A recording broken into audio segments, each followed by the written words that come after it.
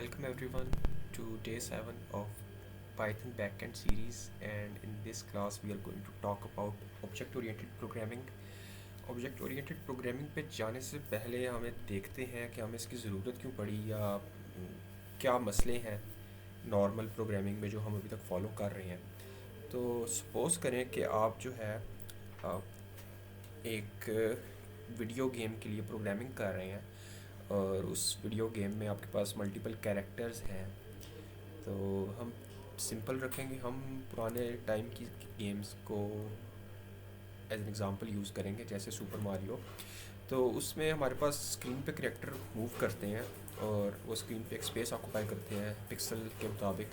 तो आप जो है फ़र्ज़ करें एक कैरेक्टर बना रहे हैं मारियो का, और मारियो का कोई नेम होगा, तो उसका स्क्रीन पे कोई पिक्सल का साइज़ होगा। तो आप जो है आ, सारी इन्फॉर्मेशन को एक जगह रखने के लिए डिक्शनरी यूज़ कर सकते हैं कि आप लिख सकते हैं नेम उसका,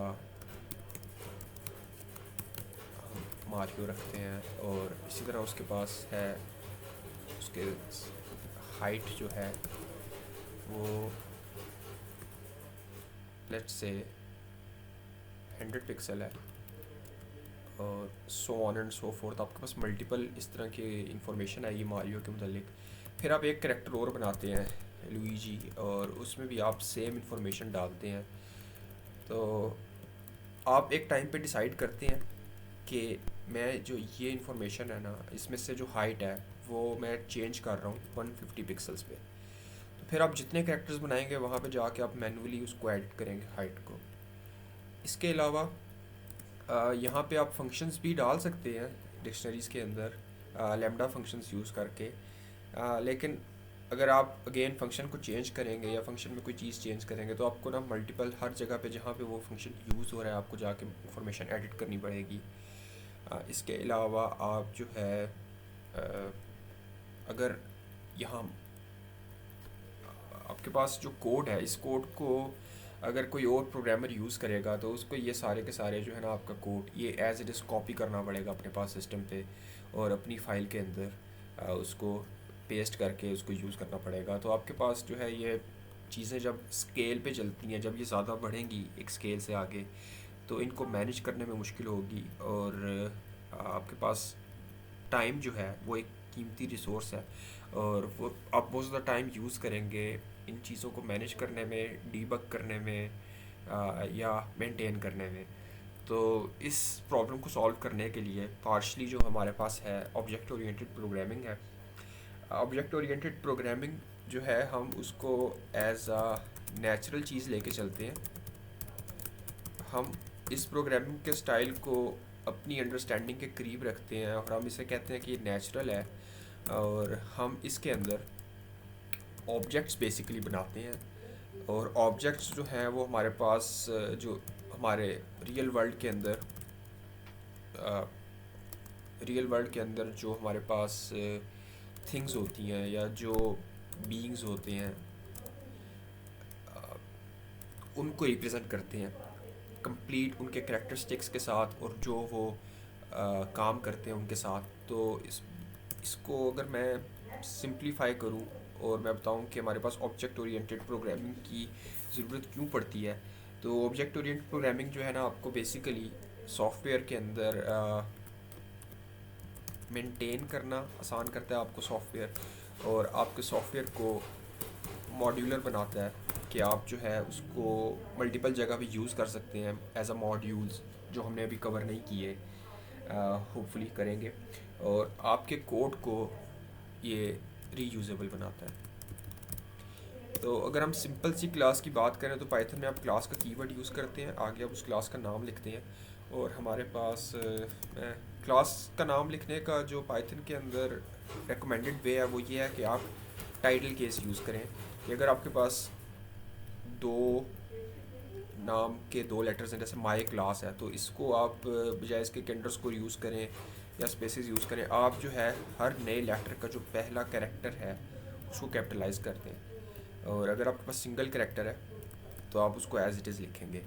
तो आप एक क्लास का नाम लिखेंगे और सेमी कॉलन लगाएंगे, और उसके बाद आप यहाँ पे क्लास के अंदर जो इन्फॉर्मेशन आपने रखनी है आप वो लिखेंगे। फ़िलहाल के तौर पे हम पास लिख रहे हैं। पास जो है कीवर्ड है जो बताता है कि अभी यहाँ पे इंफॉर्मेशन कोई नहीं है, लेकिन बाद में इंफॉर्मेशन आ सकती है।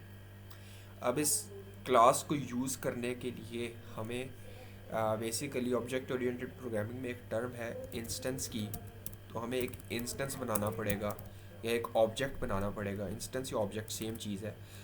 हमें एक इंस्टेंस बनाना पड़ेगा इस क्लास का, और आप इंस्टेंस बनाने के लिए इस क्लास का नाम लिखेंगे और इसके आखिर में आप पैरेंथेसिस यूज़ करेंगे, तो आपके पास एक सिंपल सा इंस्टेंस बन जाएगा। और अगर मैं इस इंस्टेंस को प्रिंट करूं मेरे पास स्क्रीन पे, तो मेरे पास आएगा कि मेन माय क्लास। तो ये जो है ये मेन मेथड कॉल हो रहा है, और माय क्लास जो है वो मेरी क्लास का नाम था। ऑब्जेक्ट एट आगे मुझे मेमोरी लोकेशन प्रोवाइड किया कि ये ऑब्जेक्ट इस वक्त मेमोरी के किस हिस्से में है। तो ये बहुत सिंपल सी इंफॉर्मेशन है। अब इस क्लास में आपने कोई चीज़ ऐड करनी हो तो आपके पास मल्टीपल तरीके हैं। उसमें से एक जो है वो ये है कि आप इस इंस्टेंस के थ्रू इस क्लास के अंदर इंफॉर्मेशन ऐड कर सकते हैं। जैसे आप लिख सकते हैं इस क्लास का लेट्स से इस क्लास के अंदर आइटम्स कितने हैं, तो आप आइटम्स उस क्लास के ऑब्जेक्ट का नाम लिख के जो आपने यहाँ पे लिखा है, और डॉट का सिंटेक्स यूज़ करके आप बेसिकली डॉट का मतलब होता है कि हम उसके किसी चीज़ के अंदर जा रहे हैं। तो लेफ़्ट साइड के ऊपर जो आइटम होता है हम अगर उसके साथ डॉट लगाते हैं तो इसका मतलब है कि हम उस आइटम के अंदर जाके एक काम कर रहे हैं। तो हम यहाँ पे आइटम्स का वेरिएबल बना रहे हैं बेसिकली, और आइटम्स के अंदर मैं 3 लिख रहा हूँ, और यहाँ पे मैं प्रिंट करता हूँ इंस्टेंस डॉट आइटम्स। यहाँ पे मैंने असाइनमेंट की है और यहाँ पे मैं उसको कॉल कर रहा हूँ, तो मेरे पास आता है 3। तो आप इस तरह करके इन्फॉर्मेशन डाल सकते हैं। और अगर आपने इसके अंदर कोई फंक्शन डालना हो तो आप अगेन इंस्टेंस का नाम यूज़ करके अपने फंक्शन का नाम लिख सकते हैं, और यहाँ पे आप लिखेंगे प्रिंट हेलो, और यहाँ पे आप डेफ लिख लें, तो नहीं अलाउ करता अब ये। तो आप यहाँ पे फंक्शन लिखने के लिए आप लैम्डा फंक्शंस यूज़ कर सकते हैं, आप दूसरे फंक्शंस यूज़ नहीं कर सकते बेसिकली। तो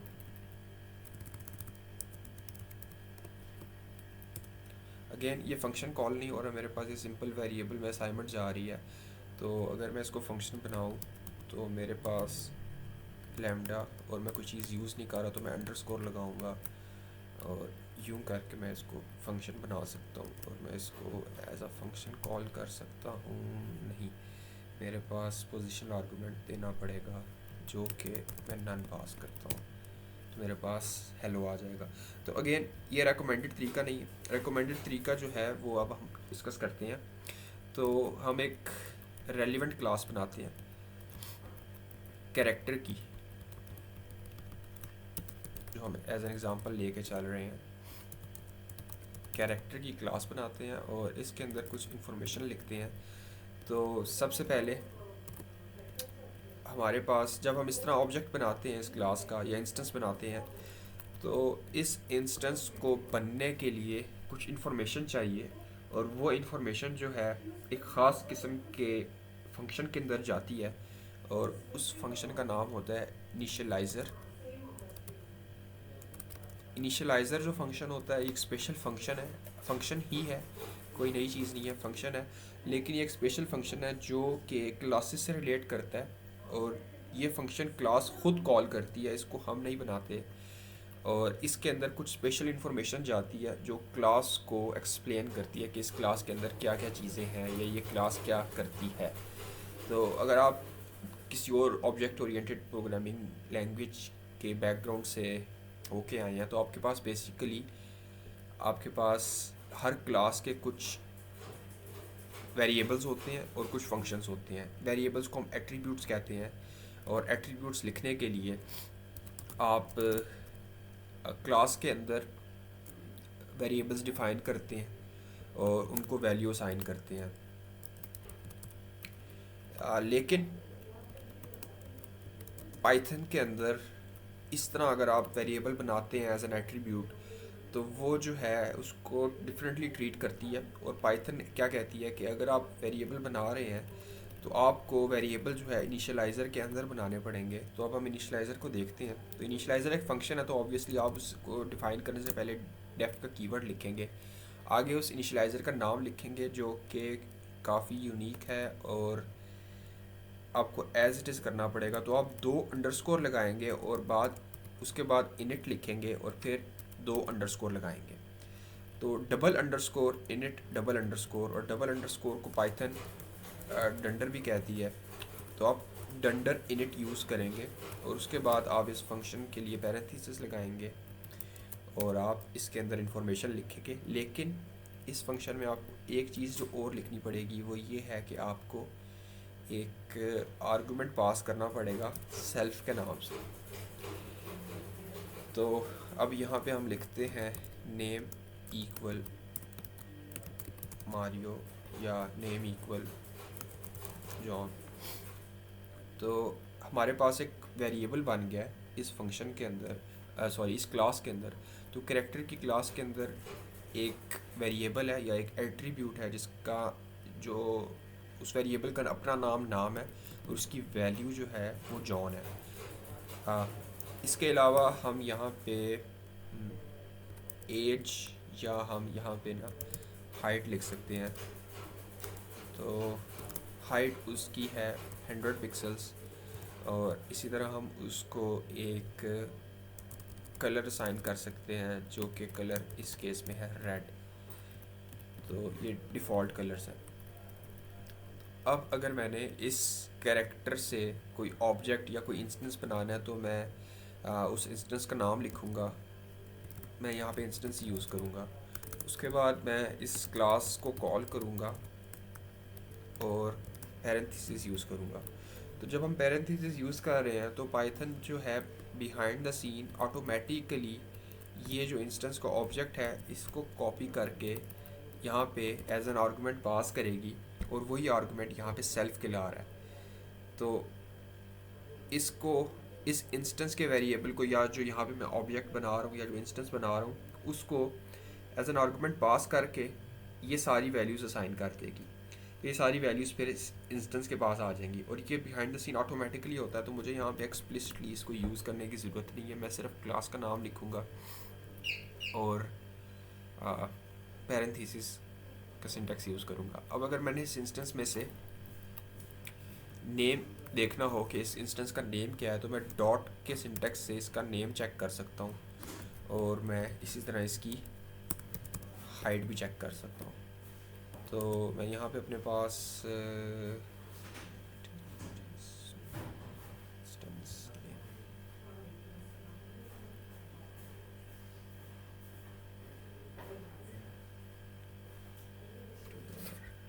तो मेरे पास यहाँ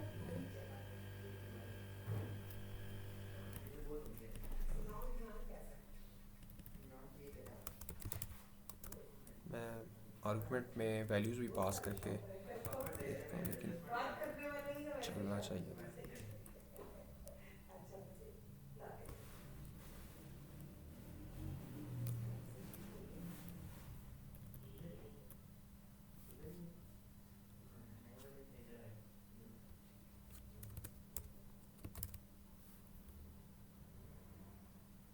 सॉरी, अब बेसिकली इसको सेल्फ का हिस्सा बनाना है तो आप यहाँ पे सेल्फ डॉट नेम लिखेंगे और सेल्फ डॉट हाइट लिखेंगे और सेल्फ डॉट कलर लिखेंगे। तो अब ये क्लास का हिस्सा बन जाएंगे या ऑब्जेक्ट का हिस्सा बन जाएंगे और अब हम इनको कॉल कर सकते हैं तो मेरे पास वैल्यूज़ आएंगी। तो आप यहाँ पे सेल्फ का सिंटेक्स यूज़ करेंगे यहाँ आर्गुमेंट के तौर पे भी और फिर यहाँ पे भी। तो बेसिकली ये इस आर्गुमेंट को असाइन करेगा नेम जॉन वैल्यू के साथ, हाइट 100 वैल्यू के साथ और कलर रेड वैल्यू के साथ। अब अगर आपने ऐसे इनिशियलाइज़र को हम डिफ़ॉल्ट इनिशियलाइज़र कहते हैं, या हम इसको ऐसा इनिशियलाइज़र कहते हैं जो कि वैल्यूज़ यूज़र से नहीं लेता। तो अगर आप यूज़र से कोई वैल्यूज़ लेना चाहते हैं तो आप जो है यहाँ पे आर्गुमेंट्स में वो वैल्यूज़ पास कर सकते हैं, नेम, हाइट और कलर। और असाइनमेंट के अंदर आप वही वेरिएबल्स यूज़ कर सकते हैं या वही आर्गुमेंट्स यूज़ कर सकते हैं। तो नेम, हाइट और कलर। तो अब अगर मैं इसको इसी तरह ही यूज़ करता हूँ तो मेरे पास एरर जनरेट होगा कि अब जो इनिशियलाइज़र फंक्शन है मेरे पास वो 3 आर्गुमेंट्स ले रहा है, लेकिन मैं यहाँ पे जब उसको यूज़ कर रहा हूँ तो मैं आर्गुमेंट पास नहीं कर रहा।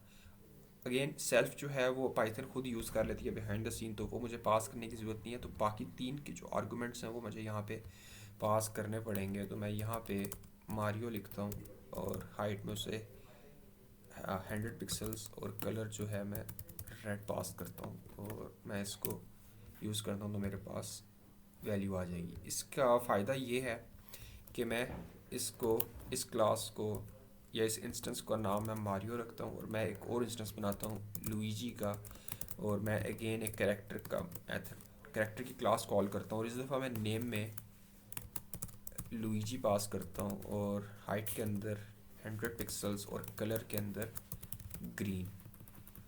तो मेरे पास अगर मैंने मारियो का नेम चेक करना है तो मैं उसके ऑब्जेक्ट का नाम यूज़ करके जो मैंने यहाँ पे लिखा है उस ऑब्जेक्ट के नाम से उसका नाम लेके आ सकता हूँ और उसी ऑब्जेक्ट के नाम से मैं उसकी हाइट लेके आ सकता हूँ।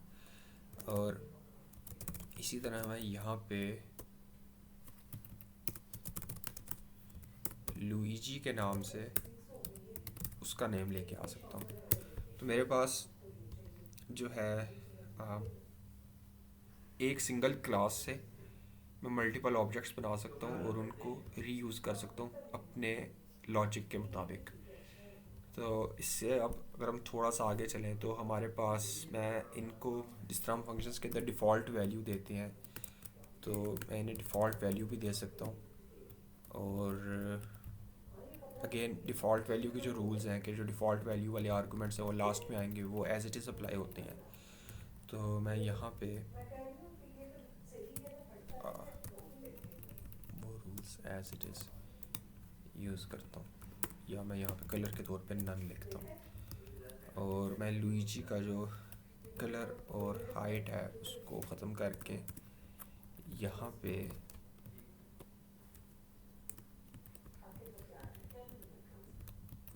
उसकी हाइट कॉल करता हूँ। तो मेरे पास हाइट के अंदर 80 आएगा, जो कि यहाँ पे डिफ़ॉल्ट वैल्यू है।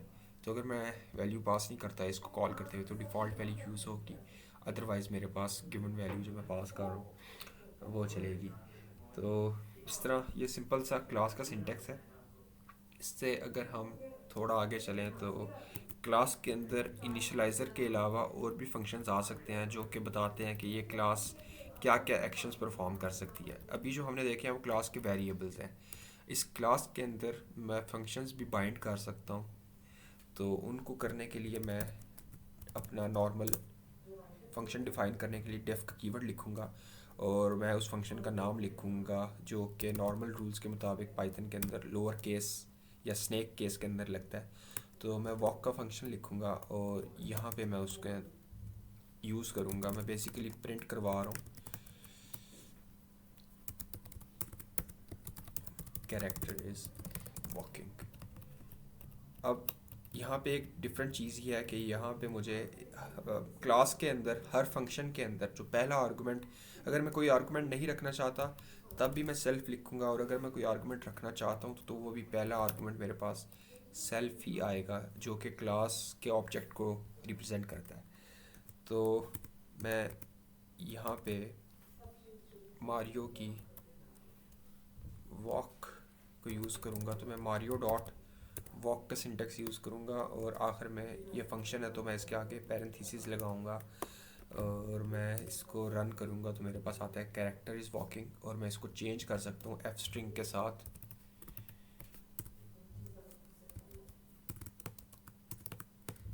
Self dot name is walking, तो मेरे पास आएगा मारियो इज़ वॉकिंग। तो self dot name again instance को या ऑब्जेक्ट को कॉल रिप्रेजेंट करेगा और फिर उस ऑब्जेक्ट का नाम लेके आएगा मेरे पास। और लुइजी के लिए ये function Luigi is walking print करेगा स्क्रीन के ऊपर। तो आप इस तरह फंक्शंस को डिफ़ाइन कर सकते हैं अपने पास क्लासेस के अंदर। अगर हम इससे आगे चलें तो हमारे पास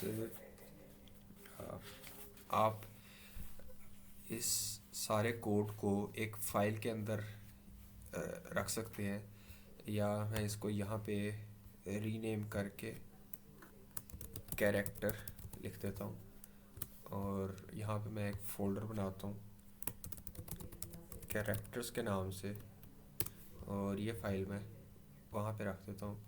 और मैं यहाँ पे बाहर एक नई फ़ाइल बनाता हूँ मेन डॉट पाई के नाम से, और इस फाइल के अंदर मैं अपनी कैरेक्टर डॉट पाई का कोड यूज़ करना चाहता हूँ। तो बेसिकली मैं लिखूँगा, इंपोर्ट करूँगा मैं, तो फ्रॉम कैरेक्टर्स इंपोर्ट कैरेक्टर। तो ये जो है ये मेरे फोल्डर का नाम है, और ये जो है ये मेरी क्लास का नाम है। और इस क्लास को मैं एज इट इज़ जिस तरह यहाँ पे यूज़ कर रहा था मैं यूज़ कर सकता हूँ।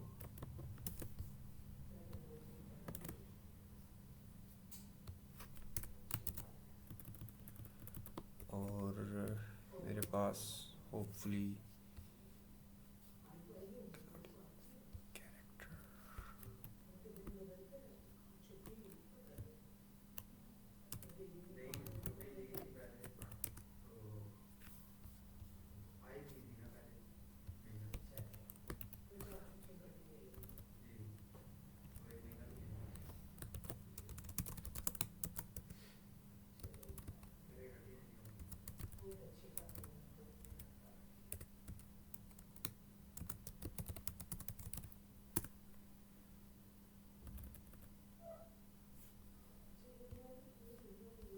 कैरेक्टर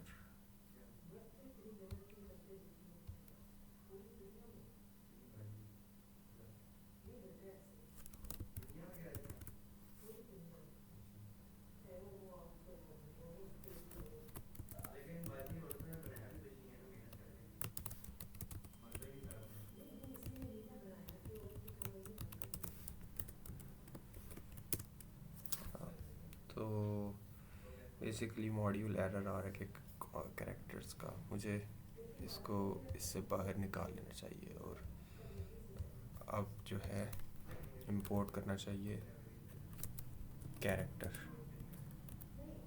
और यहाँ पे कैरेक्टर डॉट कैरेक्टर्स और कैरेक्टर डॉट कैरेक्टर्स, अब ये चलेगा। तो बेसिकली ये नेम स्पेस का इशू था, तो नेम स्पेस को हम आगे जाके रिजॉल्व करेंगे और देखेंगे जब हम मॉड्यूल्स को कवर करेंगे। तो यहाँ पे मैं इस कोड को रीयूज़ कर सकता हूँ किसी और पाइथन की फ़ाइल से बेसिकली। तो अब अगर मैं इस फाइल से नाम चेंज करना चाहूँ मारियो का या किसी भी कैरेक्टर का, तो मुझे ये अलाउ करता है कि मैं इसको चेंज कर सकता हूँ। या यहाँ पे हम एक और डिफ़ॉल्ट नाम के साथ एक आर्गुमेंट बनाते हैं सेल्फ डॉट, या बेसिकली हम चाहते हैं कि ना हम हाइट को ऐसा कर दें कि वो यूज़र चेंज ना कर सके, हम डिफ़ॉल्ट हाइट यूज़ करें। तो मैं यहाँ पे हाइट का आर्गुमेंट ख़त्म कर देता हूँ और हम डिफ़ॉल्ट हाइट यूज़ करते हैं। तो यहाँ पे इस कोड के अंदर मैं पहले डिफ़ॉल्ट हाइट प्रिंट करवाता हूँ मारियो की, तो मेरे पास 100 आती है, और उसके बाद मैं हाइट को चेंज करता हूँ, मैं लिखता हूँ मारियो डॉट हाइट इक्वल्स 200। तो मैं दोबारा फिर हाइट प्रिंट करवाता हूँ, और अब मेरे पास हाइट आती है 200। तो मैं यहाँ पे फ्रीली हाइट चेंज कर रहा हूँ विदाउट रिस्ट्रिक्शन। तो अगर मैंने इसको लिमिटेड करना हो कि मेरे पास रिस्ट्रिक्शंस लगें कि हम हाइट की वैल्यू चेंज ना कर सकें, तो हम जो है ना इसकी विजिबिलिटी को मॉडिफाई कर सकते हैं। तो बेसिकली पाइथन के अंदर आपने अगर विजिबिलिटी को चेंज करना है या आप ऑब्जेक्ट ओरिएंटेड प्रोग्रामिंग में इस कॉन्सेप्ट को हम इनकैप्सुलेशन कहते हैं, तो आप इनकैप्सुलेशन यूज़ करके यहाँ पे ऑब्जेक्ट्स की या एट्रीब्यूट्स की और इन फंक्शंस की या मेथड्स की अवेलेबिलिटी को चेंज कर सकते हैं। आप पाइथन के अंदर दो तरीके हैं। अगर आप इसी तरह के सिंटेक्स यूज़ करते हैं तो हमारी चीज़ें जो है ना वो सब के लिए अवेलेबल होती हैं यूज़ करना, और इसको हम कहते हैं पब्लिक। और अगर आप इसको प्राइवेट करना चाहते हैं या नॉन पब्लिक करना चाहते हैं, तो नॉन पब्लिक करने के हमारे पास दो तरीके हैं। आप नॉन पब्लिक करके इसको प्राइवेट कर सकते हैं, या आप इसको प्रोटेक्टेड कर सकते हैं। तो अगर आप इसे प्रोटेक्टेड करते हैं तो आप इसके साथ अंडरस्कोर लगाएंगे तो ये प्रोटेक्टेड हो जाएगा। प्रोटेक्टेड और प्राइवेट को हम बाद में डिस्कस करेंगे लेकिन बेसिकली दोनों जो है इसको हाइड कर देते हैं। और अब अगर यहाँ पे मैं यही काम कर रहा हूँ दोबारा, तो मुझे यहाँ पे एरर जनरेट होगा कि उसके पास हाइड का ऑब्जेक्ट ही नहीं है। लेकिन अगर आप गौर करें तो मुझे वो सुजेस्ट कर रहा है कि आपका मकसद कहीं ये अंडरस्कोर हाइड कॉल करना तो नहीं था। तो अगर मैं यहाँ पे अंडरस्कोर हाइड कॉल करता हूँ और मैं इसको प्रिंट करता हूँ लाइन 19 यहाँ पे, तो ये बेसिकली सारा कोड चलेगा। तो मैं इसको कैंसिल कर देता हूँ और यहाँ पे जाके मैं इसको रन करता हूँ। तो मैं इसको एक्सेस भी कर सकता हूँ और मैं इसको प्रिंट भी कर सकता हूँ अंडरस्कोर के साथ।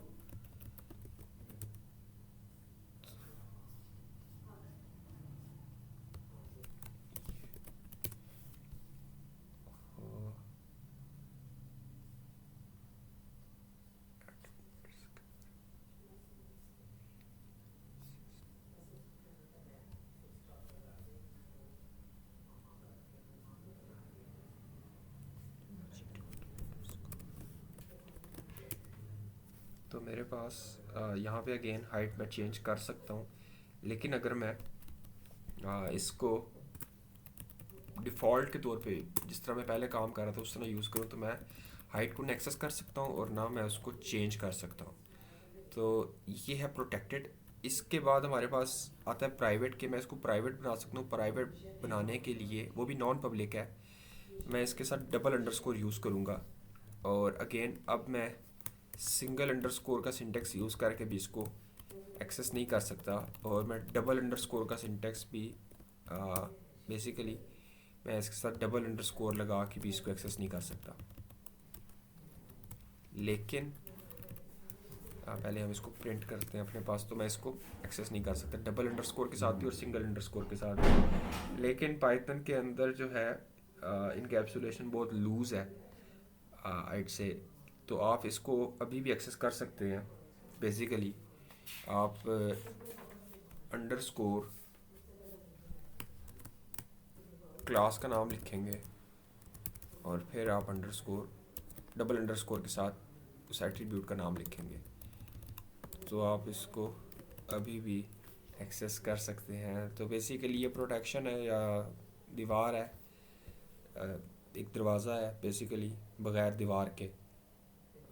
तो पाइथन होप करती है कि उम्मीद करती है पाइथन कि आप इस दरवाज़े में से गुजरेंगे और आप जहाँ पे दीवार होनी चाहिए थी और नहीं है उसको आप यूज़ नहीं करेंगे रास्ते को, और आप इस दरवाज़े के थ्रू ही जाएंगे। और अगर ये दरवाज़ा लॉक है तो आप समझ जाएंगे कि मेरे लिए एक्सेस जो है वो मुझे एक्सेस प्रोवाइड नहीं किया गया और मुझे यहाँ पे रुक जाना चाहिए।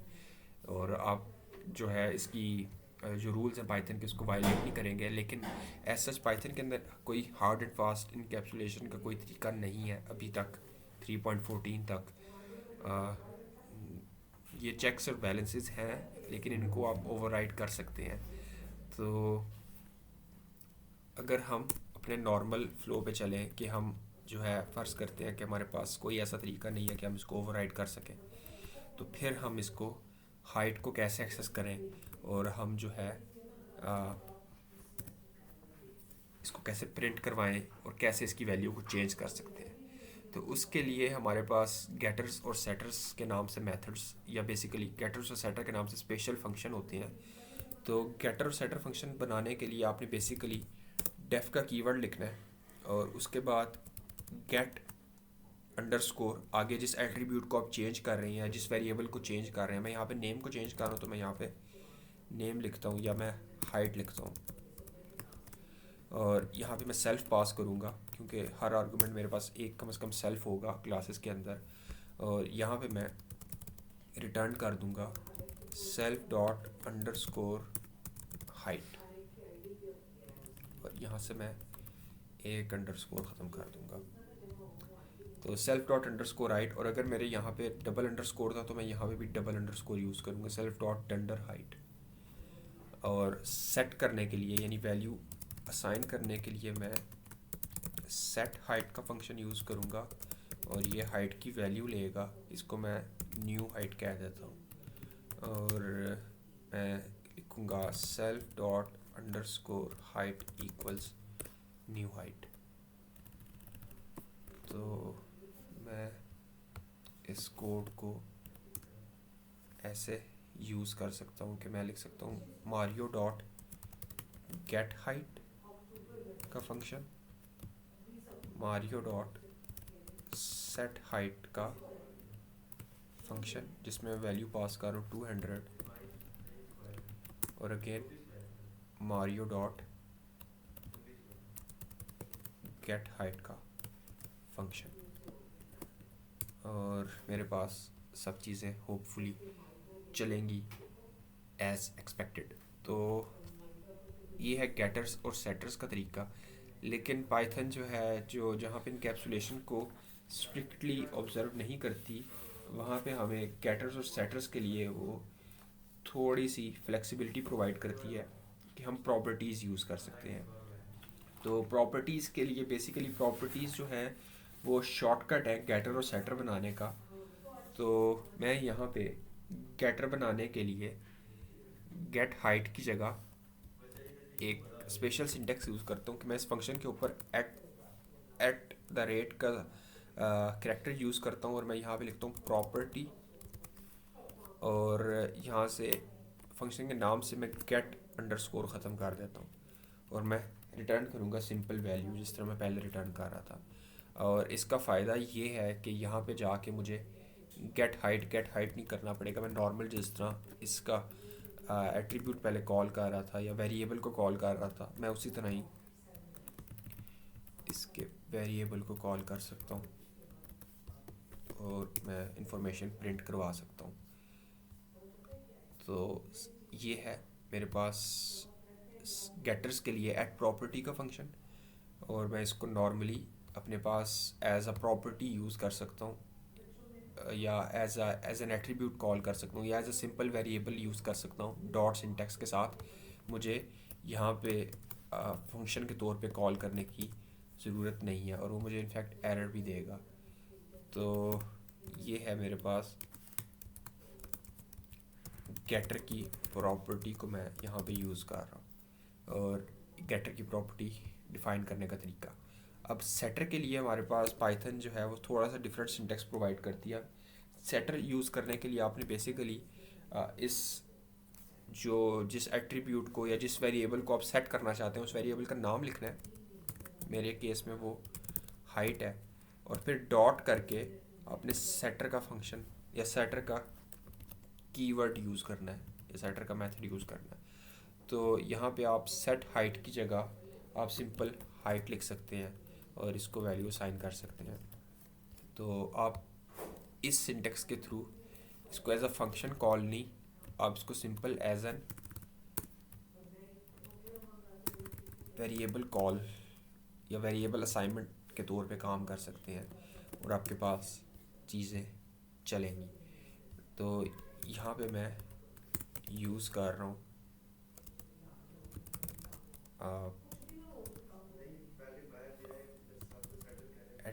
Attribute shutter property. तो ये मेरे पास एट्रीब्यूट सेटर प्रॉपर्टी है और ये मेरे पास प्रॉपर्टी है। या इनका जो प्रॉपर नाम है इस तरह के इस सिंटेक्स का, वो है पाइथन के अंदर डेकोरेटर्स। तो ये मेरे पास प्रॉपर्टी का डेकोरेटर है और ये मेरे पास सेटर का डेकोरेटर है। तो डेकोरेटर्स जो है वो एडवांस टॉपिक्स में शुमार किया जाता है और इसको हम आगे जाके देखेंगे।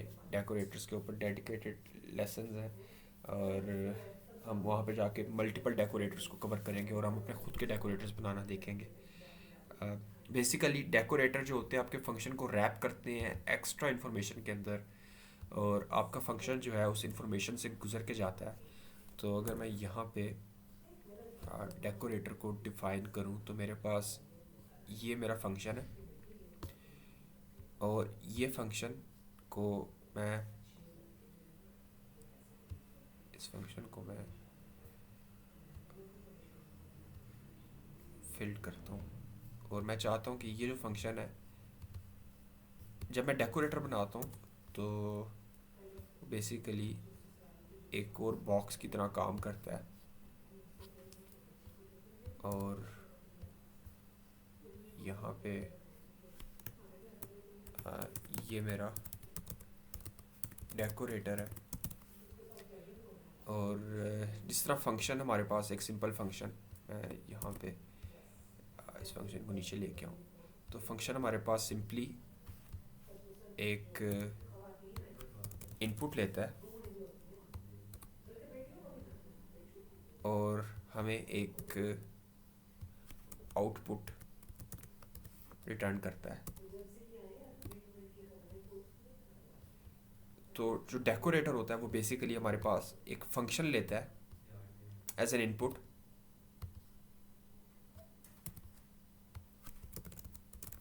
और हमें एक मॉडिफाइड फंक्शन या उस फंक्शन को डेकोरेट करके कुछ उसमें एक्स्ट्रा फीचर्स ऐड करके हमें एक मॉडिफाइड फंक्शन प्रोवाइड करता है एज एन आउटपुट। तो इट्स अ सेम फंक्शन, लेकिन ये फंक्शन जो है इसके अंदर कुछ एक्स्ट्रा इन्फॉर्मेशन होगी और ये मॉडिफाइड होगा। तो डेकोरेटर जो है वो फंक्शन के ऊपर काम करते हैं और फंक्शन को इन्हेंस करते हैं बेसिकली। तो यहाँ पे हमारे पास ऐड प्रॉपर्टी का डेकोरेटर जो है वो हमें इस फंक्शन के अंदर ऑटोमेटिकली कुछ इन्फॉर्मेशन डालता है जिसकी वजह से हम नॉर्मल जो सिंटेक्स है एट्रीब्यूट और मेथड को कॉल करने का हम वो यूज़ कर सकते हैं सेटर्स और गेटर्स के लिए भी। हमें फंक्शंस की तरह गेटर्स और सेटर को ट्रीट नहीं करना पड़ेगा। तो अगर हम इससे थोड़ा सा आगे चलें तो हमारे पास बेसिकली ऑब्जेक्ट ओरिएंटेड प्रोग्रामिंग के कुछ असूल हैं। तो उन असूलों में से जो सबसे पहला है वो ये है कि आपके पास इनकैप्सुलेशन होनी चाहिए। तो हमने देखा कि पाइथन के अंदर तो इनकैप्सुलेशन जो है वो कोई प्रॉपर इनकैप्सुलेशन नहीं है।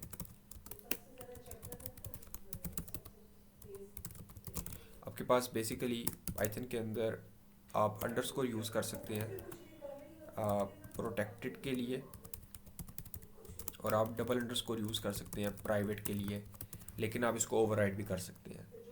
इसके अलावा आप इनकैप्सुलेशन के अंदर ही हम गेटर्स और सेटर्स को यूज़ कर सकते हैं इंफॉर्मेशन को प्रोटेक्टेड या प्राइवेट इंफॉर्मेशन को एक्सेस करने के लिए। इसके अलावा हमारे पास और भी हैं तरीके इनकैप्सुलेशन, हमारे पास ऑब्जेक्ट ओरिएंटेड प्रोग्रामिंग के बाकी जो कैरेक्टरिस्टिक्स हैं उसमें हमारे पास आती है एब्स्ट्रैक्शन।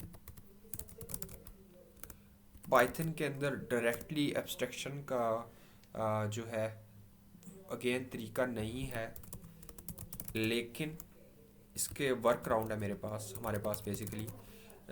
तो उसको हम आगे डिस्कस करते हैं। और अगर मैं आगे चलूँ तो मेरे पास आता है पॉलीमॉर्फिज्म।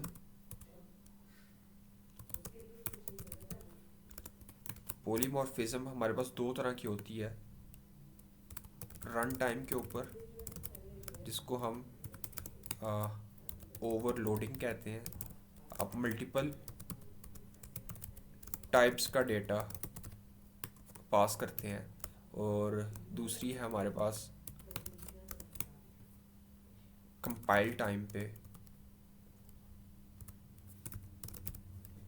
जिसको हम ओवर राइडिंग कहते हैं। आप मल्टीपल आर्गुमेंट्स पास करते हैं इसके अंदर ऑफ सेम टाइप।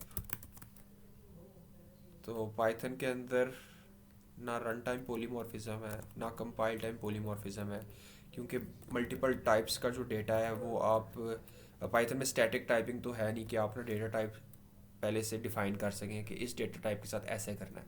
तो आपके पास रन टाइम पे डेटा चेंज हो सकती है।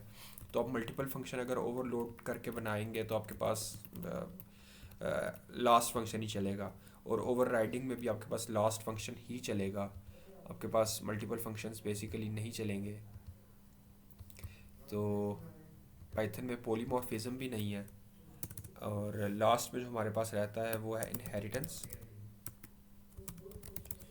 तो या पाइथन के अंदर इनहेरिटेंस प्रॉपर है और वो काम करती है। तो अब हम इनहेरिटेंस को कवर करेंगे नेक्स्ट टाइम। और फिर हम एब्स्ट्रैक्शन और पोलीमॉर्फिज्म जो है तो नहीं पाइथन के अंदर, लेकिन पाइथन 3.12 में हमारे पास 3.12 जो कि 2 साल पुरानी है, उसमें हमारे पास जेनेरिक्स आए थे जिनको यूज़ करके हम ओवरलोडिंग कर सकते हैं। और ओवर राइडिंग के लिए हम जो है बेसिकली हम अनपैकिंग जो है वो यूज़ कर सकते हैं, ट्यूपल या वो अनपैकिंग जो हमने देखी थी। और हम स्टार, आर्क्स और डबल स्टार, क्वार्स का सिंटेक्स या कीवर्ड आर्गुमेंट्स का सिंटेक्स यूज़ कर सकते हैं। कंपाइल टाइम पोलीमॉर्फिज्म और रन टाइम के लिए हम जेनेरिक्स यूज़ कर सकते हैं। एब्स्ट्रैक्शन के लिए हमारे पास पाइथन के अंदर एक डेडिकेटेड एक बाद में क्लास ऐड की गई थी जिसको हम ABC कहते हैं। और अगर आप इसको जाके देखें पाइथन ABC मॉड्यूल, तो ABC जो है वो हमारे पास एब्स्ट्रैक्ट बेस क्लास के लिए स्टैंड करता है, और ये हमें कुछ एब्स्ट्रैक्ट क्लासेस प्रोवाइड करता है जिनको हम यूज़ करके एब्स्ट्रैक्शन इम्प्लीमेंट कर सकते हैं अपने कोड में। लेकिन पाइथन में जहाँ पे हमारे पास कुछ चीज़ें नहीं है, जैसे इनकैप्सुलेशन नहीं है, एब्स्ट्रैक्शन नहीं है, पोलीमॉर्फिज्म नहीं है, तो पाइथन इनकी जगह हमें बहुत एक्स्ट्रा चीज़ें प्रोवाइड करती है जो कि बाकी लैंग्वेजेस में नहीं है, या उनकी इम्प्लीमेंटेशन बाकी लैंग्वेजेस में थोड़ी मुश्किल है। तो इसके अपने प्लस और माइनस पॉइंट्स हैं जिनको हम आगे डिस्कस करेंगे, और हम अपने इस सिंटेक्स को आगे लेके चलेंगे। That's it everyone, thank you.